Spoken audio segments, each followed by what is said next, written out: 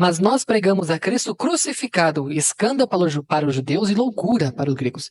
Escândalo porque, como diz, né, lá em Deuteronômio, capítulo 23, maldito todo aquele que é pendurado no madeiro. Então isso estava nas leis. E eles vendo aquele homem que se dizia ser o filho de Deus, assim como era, pendurado no madeiro e morrendo, para eles era um escândalo isso. Para eles não é algo impensável que aquele ser humano poderia salvar eles. Então por isso que é escândalo, por isso que é algo inimaginável para eles. Por isso que eles não creem em Jesus Cristo como o Messias, né? Mas se soubessem tanto da lei assim, saberia que ele necessitaria de morrer numa cruz para levar todo o pecado juntamente com ele. E loucura para os gregos, porque é impensável que Jesus Cristo, há 2000 anos atrás, sendo crucificado naquela cruz, nos atraiu no corpo dele. Para os gregos isso é loucura, porque é impensável a forma com que Cristo foi sacrificado naquele dia. Foge da sabedoria humana, a forma com que Deus usou de misericórdia para conosco, para providenciar a salvação. Para eles isso foge do que é normal para eles, né? Por isso que é loucura. Que Deus nós adoramos, amados. Que Deus nós servimos. Que Deus nós dedicamos a nossa vida, estamos aqui hoje. Que Deus nós dedicamos o domingo pela manhã, à noite. É um Deus que não precisa se provar mais nada dele, né? Eu sempre reflito do que essas pessoas que tiveram tantos contatos diretamente com Cristo. Eu não sei o que Abraão viu naquela sarça ardente, mas foi algo que realmente mudou a vida dele. Vendo aquela árvore pegando fogo e não se consumindo, é algo realmente inimaginável. E ali o Senhor fez uma promessa a ele confiou na promessa. E mais tarde depois, né, junto com Isaac, depois com Jacó, com tantas promessas feitas a eles, o que Jacó viu naquela briga que ele teve com o anjo, né? E certamente ali, quando fala o anjo do Senhor, a Bíblia está falando de Jesus Cristo de uma forma, né, que estava ali ilustrada com aquele anjo. O que Jacó viu e pelejou e prevaleceu, amados, é isso que eu guardo no coração.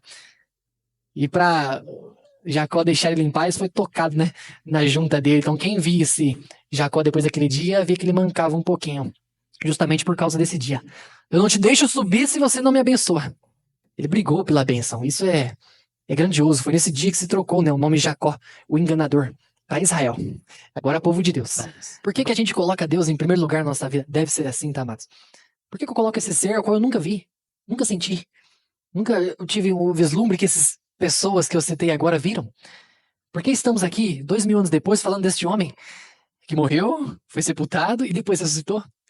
Se não for, amados, para glorificar o nome dele, é o que ele fala no final. Glorificar o nome de Jesus, glorificar o nome de Deus, é isso que ele merece, amados. Se a gente não tem esse arrependimento genuíno dessas coisas, por que eu vou buscar a Cristo? Por que eu vou buscar a Deus? Se eu ainda gosto de fazer essas práticas, se eu ainda gosto de me deleitar, né, nos prazeres do meu corpo, nos desejos, na concupiscência da minha carne, não há.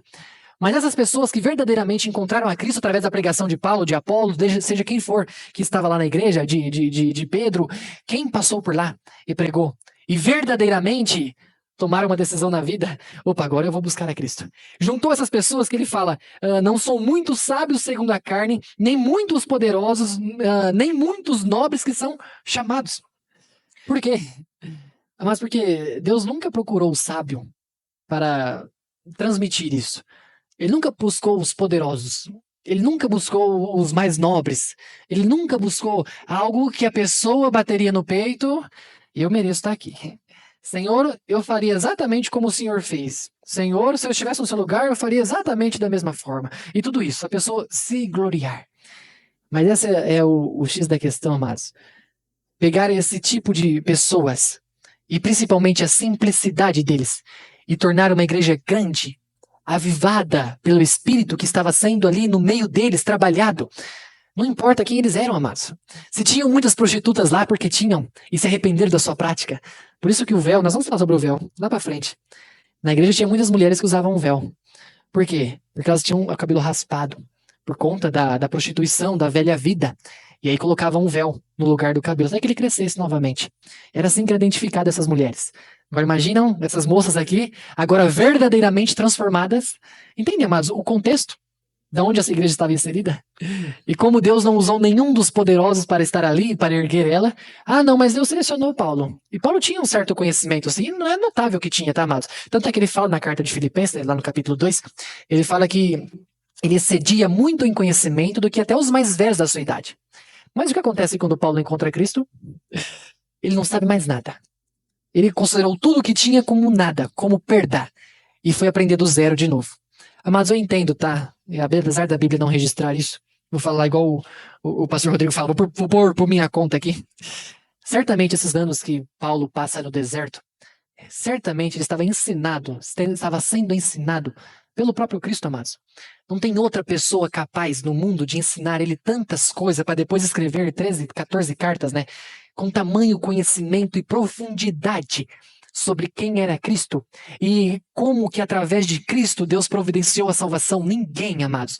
Vou te falar, por mais que ele esteja com todos os discípulos que viveram com Jesus os 3 anos, eu entendo que ainda não seria capaz de expressar todo esse conhecimento que Paulo pôs aqui. Ele fala, pastor, por que predominantemente nas igrejas evangélicas se tem mais pobres fazendo a obra, mais pobres devotando a sua vida, mais pobres fazendo o que tem que ser feito, e não tem muitas pessoas ricas? Se a pessoa tiver uma revelação real, uma experiência real com Jesus Cristo, independente da condição financeira dela, ela vai buscar a Cristo. Independente se ela tem muito, ela vai honrar o muito que ela tem, aquilo que o Senhor deu. Então isso não é impeditivo, tá, amados? Nós falamos sobre a dificuldade do rico entrar no céu, justamente por ele colocar a riqueza na frente de Deus. Nós lemos lá em Mateus 6,33 que eu devo buscar a Cristo, buscar a Deus, buscar o reino em primeiro lugar. E tudo me é acrescentado. Tudo o quê? O que diz nos versículos anteriores. É-me acrescentado o que comer, o que beber e o que vestir. Amém por isso. É o que eu preciso. É exatamente o que eu preciso para viver. Se o Senhor assim vai me conceder, amados, eu estou descansado. Descansado, que eu vou continuar buscando Ele em primeiro lugar. Não porque aquilo que Ele vai me conceder, senão eu estou buscando a Deus por causa das bênçãos. Então eu estou buscando Deus das coisas pelas coisas. E isso não é correto. Eu busco a Deus, volto a dizer, na nossa fala, porque Ele é o Todo-Poderoso. Assim que se alguém está em Cristo, não é na igreja batista, presbiteriana, católica, filha do pastor fulano de tal, não é. Em Cristo Jesus, mas vós sois dele em Jesus Cristo, o qual para nós foi feito por Deus, sabedoria, justiça, redenção, amados. Por que ele usou essas 3 palavras? Olha, vamos pôr a cabeça para funcionar. A sabedoria de Deus, vamos lá, muito superior. Se a loucura de Deus já é superior a qualquer homem, a sabedoria, então, a multiforme sabedoria de Deus é algo inexplicável, é inexplicável. A sabedoria de Deus, amados, sabendo que o pecado exigia a morte. A sabedoria de Deus em mandar o único imaculado, sem pecado. A sabedoria de Deus de atrair cada ser humano no corpo do filho dele. Isso é sabedoria. E através da morte. Mas você já pararam para pensar? Quando o diabo faz todo o serviço dele, né, lá no Jardim do Éden, foi a queda do ser humano. E para ele não haveria, assim como ele sabia, né, que toda geração dali para frente seria pecaminosa, seria uma geração já separada de Deus, e ele fez muito bem esse serviço dele. E o diabo só não esperava uma coisa, tá, amado? Que o próprio Deus se entregasse numa cruz. Isso é tremendo, isso é tremendo. O diabo achando que tinha vencido a batalha ali, condenando toda a humanidade, quando Deus vem e entrega-se a si mesmo. Tá falando de Jesus Cristo, né? Na forma de Deus, se entregando a si mesmo. Ó, diabo, você não exigia a morte e o pecado? Tó, a minha vida. Com a minha vida, vou pagar o preço preciosíssimo para a redenção de cada ser humano. Amado, justiça exigir a morte, então vamos se pagar o preço. Deus não burlou o sistema, tá, amados? Não burlou o sistema. Se o pecado exigia a morte, foi pago com o preço que ele exigia. Por isso é justiça. Deus nos justificou em Cristo Jesus. Mas em nenhum outro há justiça. Em nenhum outro há justificação. Nós encontramos isso em Cristo e somente em Cristo. Por isso que é o Evangelho. O Evangelho de Deus é justiça em Cristo.